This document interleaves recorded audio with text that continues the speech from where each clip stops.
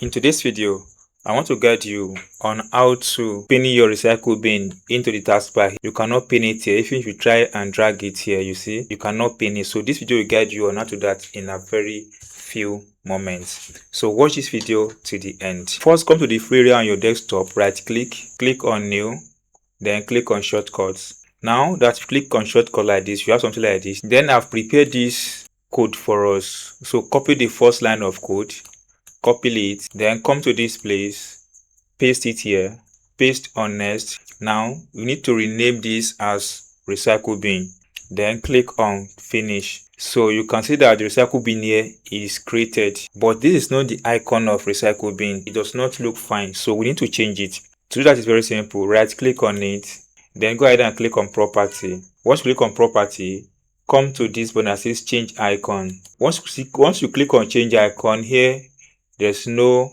recycle bin on the list of icon here. Then come to this code again, copy the second link or second code, then come to this place, double click on it and take it away, then paste this one, then click on OK. Now you have bunches of icon here, so you need to drag here until you have access to recycle bin. Here is recycle bin. Click on it, then click on OK. Then click on apply. You see, click on apply. You see it has applied here. Then our recycle bin has been created. You can drag it here.